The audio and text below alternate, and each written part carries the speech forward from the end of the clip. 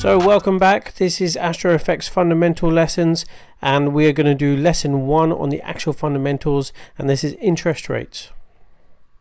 So what are interest rates? This is when you deposit money into a bank and you get something in return.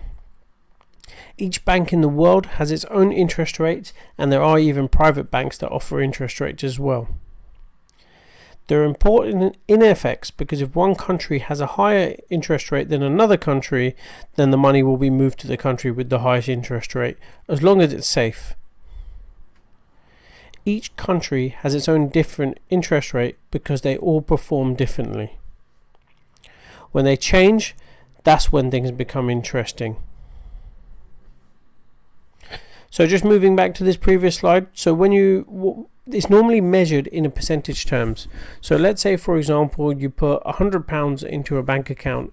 If the bank gives you a 1% interest rate, then you're going to receive £1 back every year or whatever. They all decide 6-month maturities, yearly maturities. They all do it differently. But that's basically the difference in interest rates. Now these are set by central banks, so we can discuss this. Who are the main central banks? In the US, the Federal Reserve, they trade in US dollars. ECB, European Central Bank in the EU, they trade in euros. Bank of England for the UK, and they're in GBP. Bank of Japan for Japan, and it's JPY. Bank of Canada, obviously Canada, and Canadian dollars, so CAD. Royal Bank of Australia, also known as the RBA, they're for Australian dollars, so AUD. RBNZ for New Zealand, and they trade in Kiwi dollars.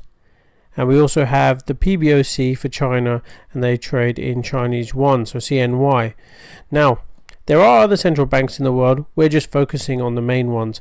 On the pictures on the right hand side, the one at the top, the current Federal Reserve Chairman is Jerome Powell, and underneath we have Mark Carney, who's from the UK. So we'll discuss some other important people and how they work, but these are the main central banks and the currencies that they affect and the countries that they're from. Why interest rates change? They change because of how each economy is performing. If an economy is performing well, then the interest rate in that country will rise. Gross domestic product, which is GDP, so this little graph on the right hand side with all the countries in it on the little block, that tells you which countries have the biggest GDP and which ones have the lowest GDP. You can see the states are quite far in the lead, and then China are quite close after, but this can affect how the countries want their interest rates to be at that particular time.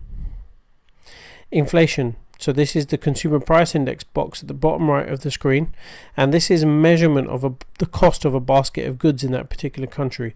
How expensive is it for the people of this country to afford those goods? Confidence. Now this is key. So if businesses are confident, they're going to make more money, they're going to invest more money. Do they need to receive more interest from their banks at that particular time?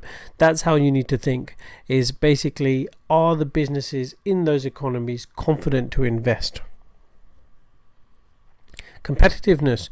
So if, for example, all the countries, all the major central banks are lowering their interest rate, are you going to be the only country that keeps your interest rate high?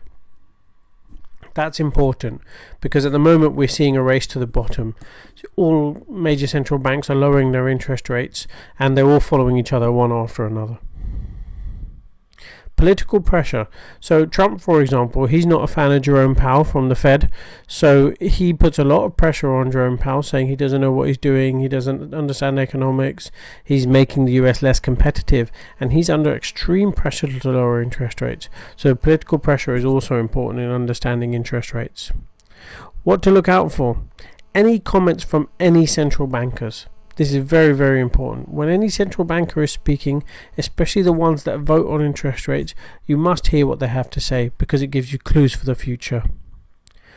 What do central bankers look for? They look for trends in other central banks. Also, how the economic numbers are changing. Like, for example, manufacturing, retail sales, things like that. Services, PMIs, how are they affecting the country? So they'll look and see what data points are important for their interest rate setting announcements. Is the country competitive compared to other countries? We've discussed this a little bit, but it is also important in regards to, let's say, for example, the Bank of Japan. The Bank of Japan have negative interest rates, and they also print a lot of money every single month, and that means that the yen in relative terms compared to how it was is very weak. So they need to see if they're remaining competitive, and the reason why Japan wants a weak yen is because they're an exporting nation. They export a lot of goods, cars, electrical goods, etc. So if you're another exporting nation, you're going to be upset about this and you're going to try and devalue your currency. That's why we talk about competitiveness. Change in central bankers' thoughts. Now this is I can't stress this enough. This is something that you need to know. So recently we had Jens Weidmann, who is an ECB member, helped set the Eurozone monetary policy. So euro dollar, for example. He's very hawkish, all the time was saying, that they don't think that ECB should be doing QE. ECB should raise interest rates. Every single time anybody spoke to him, he was very bullish on the euro and things that should happen there. But then all of a sudden, one day, he changed his mind, decided that yes, the ECB should cut interest rates, yes, QE maybe should come back into the markets, and the euro fell very, very quickly. First of all, it was an important ECB member because it was from Germany, the biggest economy in the Eurozone, and then other than that, notoriously hawkish member all of a sudden turns dovish. So the market took notice, basically. So that's the main thing to keep an eye on with interest rates. One other thing I would like to say about it is that the central banks are giving forward guidance, and people do keep track on interest rate probabilities. So we discussed interest rate probabilities quite often. So for example, at the next meeting, what is the chance that the ECB will cut interest rates? At the next meeting, what is the chance that the Bank of England will raise or cut interest rates? We'll always look at these percentage figures, and we collect evidence and clues for this, but also the market do this as well. So everybody does this. So all investment banks, a lot of hedge funds, even the futures market, they look at whether they think that what in percentage terms is the likelihood of an interest rate to change. And sometimes when those consensus estimates change, then the market will run with it. So Australian dollar is a good example of this.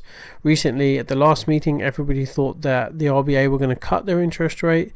They didn't cut their interest rate, and then they changed their rhetoric a little bit and sounded a little bit more positive. So then the market started pricing in for the next interest rate change, which was the month after, the fact that they weren't going to move, and the Australian dollar appreciated. So that's how the market works. They try and second guess, they try and preempt interest rates, but interest rates are very, very, very important, because if you're living in a country and you're depositing your bank, think like a millionaire and billionaire.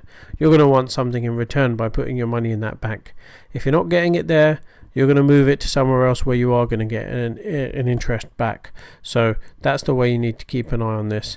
Now, in the next session, we'll start talking about GDP and inflation and how that has an impact on interest rates. So we're going to keep going on with this, and hopefully if you do have any questions, you can send them in. But other than that, we're getting a bit of better understanding of what the economics are looking like. But the interest rates are the number one thing to look out for.